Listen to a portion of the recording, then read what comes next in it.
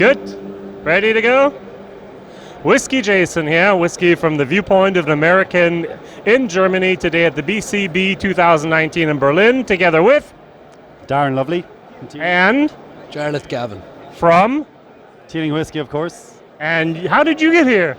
I won a cocktail competition, so I work in Peruke and Periwig, which is a bar on Dawson Street in Dublin. Right. Really nice cocktail bar, and I was lucky enough to beat off the rest of the competition from Ireland to win a free trip here. Very good, and I'm going to watch him make this cocktail in a moment, all right? So you're going to do that at the end of the video.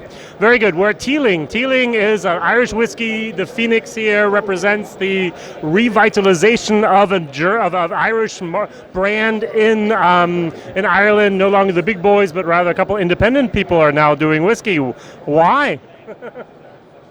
Because that's a very open question, very broad question there, Jason. Stop me for a minute. Maybe Jack or John Teeling, maybe family tradition already, who knows? That's a huge part of it. I mean, whiskey's in the Teeling family blood, goes back to the 18th century, and there was an opportunity. Jack and Stephen Teeling, the sons of John, were travelling the world selling their father's whiskey, which was a little bit more traditional style. You got classic brands like Connemara, Tyrconnell, Kilbeggan, and during their travels across the world, they found that people of their generation, like our generation, we would say. I'm old guy. We're going to include you in that, Jason. You know, we're going to include you in that. There was a demand for more of a craft kind of premiumization of the whiskey that would go in different directions.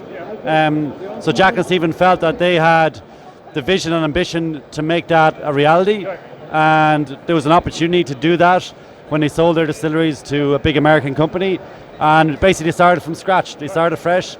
They built their own distillery, urban distillery, right in the heart of Dublin City, in the old Liberties area, where the old Teeling distillery was based before. So they brought it home.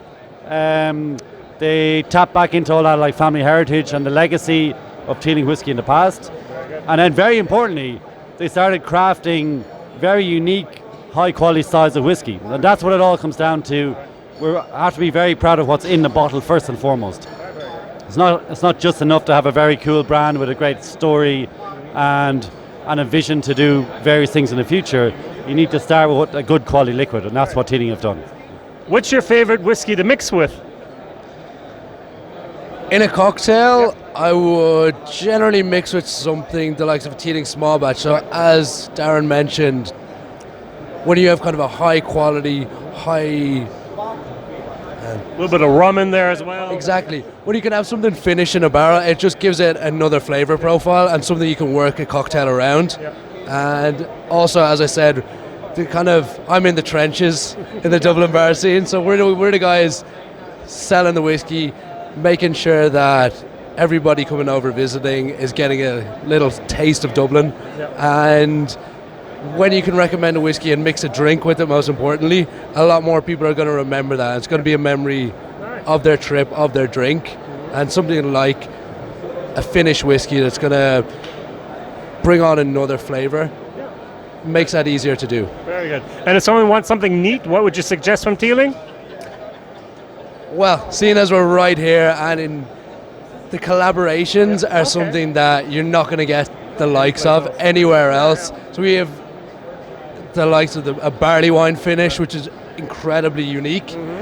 Then, of course, my favourite of the whole collaborations is definitely with the Cairo Distilling Company, so the Finland Rye Gin, Rye Distillery, which is this guy again keeps cropping up.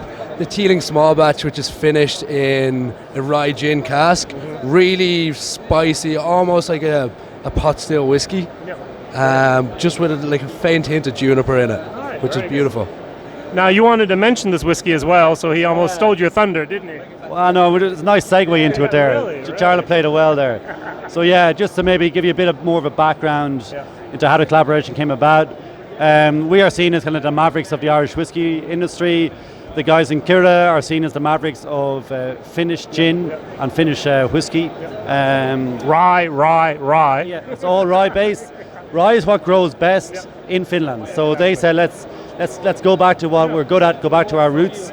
As a bourbon man, you'll know that, or you probably appreciate that they came up with the idea, the concept, while sitting in the sauna. 5 friends, 5 guys, 5 Finnish guys sitting in the sauna, drinking Rittenhouse rye bourbon. 100 proof, bottled and bond, Rittenhouse. Yeah, and they said, like, so this is something that they really liked. They really liked that kind of spicy rye. And they said, look, why can't we do this with a Finnish rye and like produce it ourselves? So they bought an old creamery. They transformed it into a distillery. It's about 4 hours north of Helsinki in Isakura. That's where the name comes from. And they started producing. They started with their gin, but all the time their whiskey was maturing. So they produced 2 really nice gins. One is like a classic unaged gin, but their second one is an aged gin. It's called Koskwe. And they aged it for about 6 months in ex-bourbon barrels. So they're the barrels that we got from them. They sent us 4 of their barrels in April of 2018. We put our premium blend small batch whiskey into it. We let it mature for about 12 months. The result is what we're going to try now. Have you had it a little try? I think I just tried it a moment ago. Let's see. No, I did not have this. I had the other one. I had the barley wine. Yep, this is much. Oh wow, that gin moment. Yeah, really amazing. Okay, very good. Their Koskwe rye gin is renowned for a kind of spicy element. They have a kind of bit of a honeysuckle background, and especially orange peel is what's very kind of predominant there. And that's all coming through on the whiskey. So it's probably... It's special. It is special. I was going to say, it's almost like a hybrid. We have, in terms of our collaborations, this is probably the most, I wouldn't say risque, but it's definitely...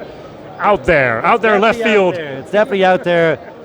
Thankfully, the reaction's been very positive. The gin craze obviously been booming for the last 5 or 6 years.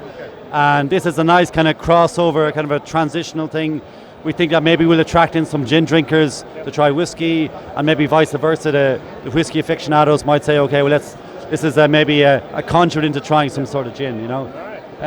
So the guys, what's more interesting about this is that at the same time, the guys in Kira really like our whiskey, so they took 4 of our barrels back with them to Finland, and they've also matured their gin, their famous gin, in our Teeling whiskey barrels, and they have produced that now. It's on their stand.